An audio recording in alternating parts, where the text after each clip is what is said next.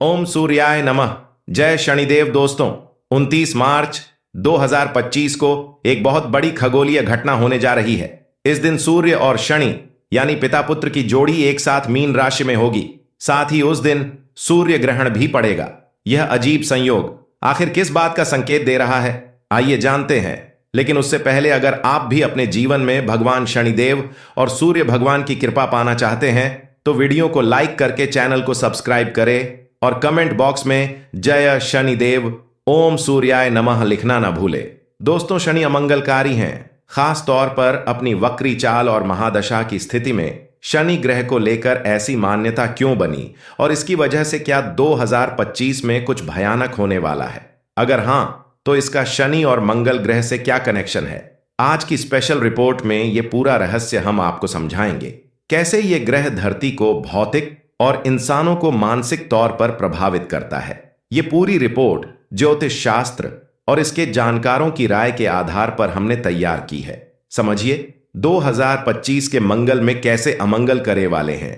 शनि अगर पौराणिक मान्यताओं के लिहाज से देखें तो शनि ग्रह के मानसिक असर को इन दो किरदारों से समझ सकते हैं। एक तो कैकई, जिन्होंने राम के लिए वनवास मांगा, और दूसरा राक्षस राज रावण। रावण से शनि इस वजह से कुपित थे क्योंकि उसने कुबेर की लंका अनैतिक तरीके से हथियाई थी और फिर सीता का हरण करके तो उसने अति ही कर दी। अगर पौराणिक मान्यताओं के लिहाज से देखें तो शनि ग्रह के मानसिक असर को इन दो किरदारों से समझ सकते हैं। एक तो कैकई, जिन्होंने राम के लिए वनवास मांगा, और दूसरा राक्षस राज रावण। रावण से शनि इस वजह से कुपित थे क्योंकि उसने कुबेर की लंका अनैतिक तरीके से हथियाई थी और फिर सीता का हरण करके तो उसने अति ही कर दी। 2025 में शनिदेव का कोप धरती पर कैसा मचाएगा हड़कंप, ये सवाल तमाम ज्योतिष शास्त्रियों को चिंता में ढाले हुए है क्योंकि शनि अपने पिता और दुश्मनी भाव वाले सूर्यदेव के साथ लगातार एक ही राशि में गोचर कर रहा है।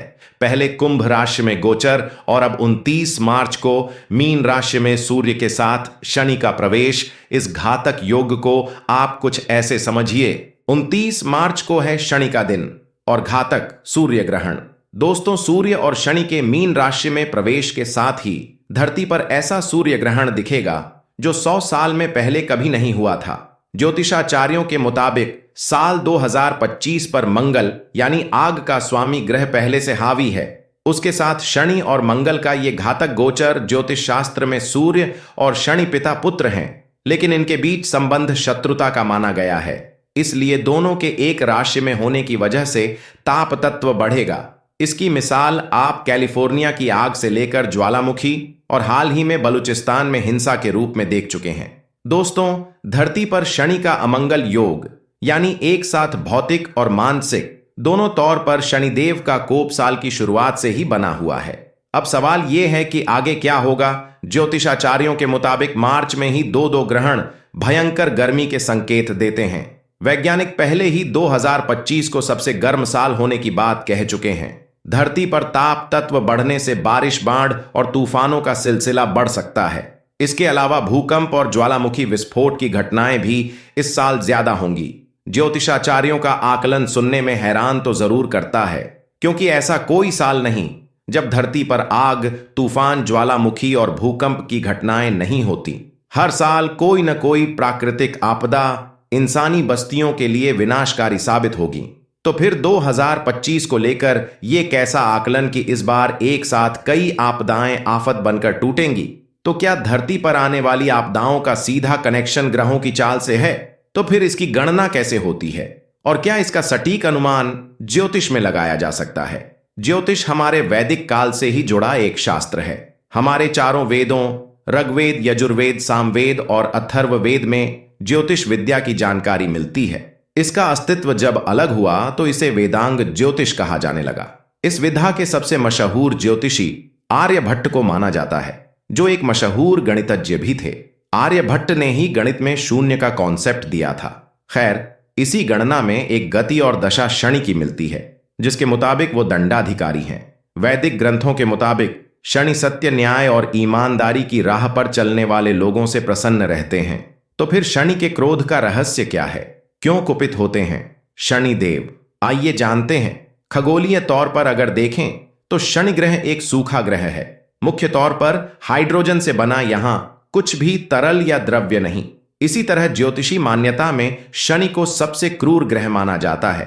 क्रूर इसलिए नहीं कि यह आपके अच्छे कर्मों की बदौलत भी बुरी सजा देता है, बल्कि आध्यात्मिक तौर पर शनिदेव सत्य प्रिय हैं। आपकी कुंडली में शनि की स्थिति और दृष्टि चाहे जैसी भी हो, इसे शनिदेव के ध्यान और अच्छे कर्मों से बदला जा सकता है। ज्योतिष में शनि के क्रोधित होने की मुख्य तौर पर 3 वजहें बताई गई हैं। ये हैं असत्य, अन्याय और अत्याचार।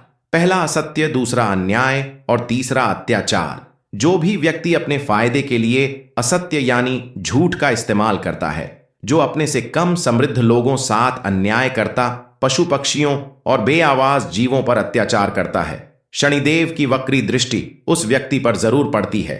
आपको बता दें, शनि और यमराज आपस में हैं भाई। इस ज्योतिषीय मान्यता के हिसाब से शनि आपके कर्मों के आधार पर न्याय करते हैं। यूं समझिए, किसी अदालत का दंडाधिकारी इस श्रेणी में यमराज की भी अवधारणा है। यमराज शनि के भाई माने जाते हैं। ये दोनों सूर्यदेव और माता छाया के पुत्र हैं। लेकिन यमराज जहां कर्मों के आधार पर जीवन और मौत का फैसला करते हैं, वहीं शनि जीते जी आपके कर्म फल के हिसाब से दंड और कष्ट तय करते हैं। जहां तक ग्रहीय स्थिति है, उसके हिसाब से शनि की अपनी गति है। हर राशि में विचरण करने की इसी हिसाब से शनि की दशा, महादशा और वक्री दृष्टि तय होती है।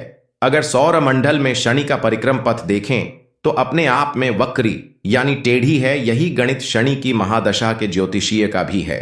वहीं सूर्य की परिक्रमा में शनि को धरती के 29 साल लगते हैं। धरती पर शनि की महादशा 29 साल की होती है।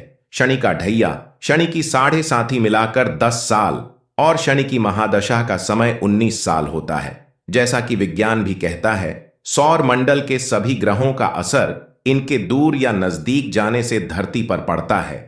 जैसे चंद्रमा समुद्र में ज्वार भाटा का कारक, चंद्रमा का आकर्षण होता है, इसी तरह शनि का भी प्रभाव होता है। 29 साल के चक्र में जिन राशियों से गुजरता है, शनि उस पर उसका अपना प्रभाव होता है। हालांकि ज्योतिष कहता है शनि या किसी भी ग्रह का प्रभाव हो, उसके लिए पूजा प्रार्थना के साथ आपके कर्मों का संपूर्ण मानवीय हित में होना जरूरी है। अगर ऐसा है तो धरती और आपकी जिंदगी में सब कुशल मंगल है। आशा करते हैं जानकारी आपको पसंद आई होगी। वीडियो को लाइक, चैनल को सब्सक्राइब जरूर करें। धन्यवाद। जय शनिदेव।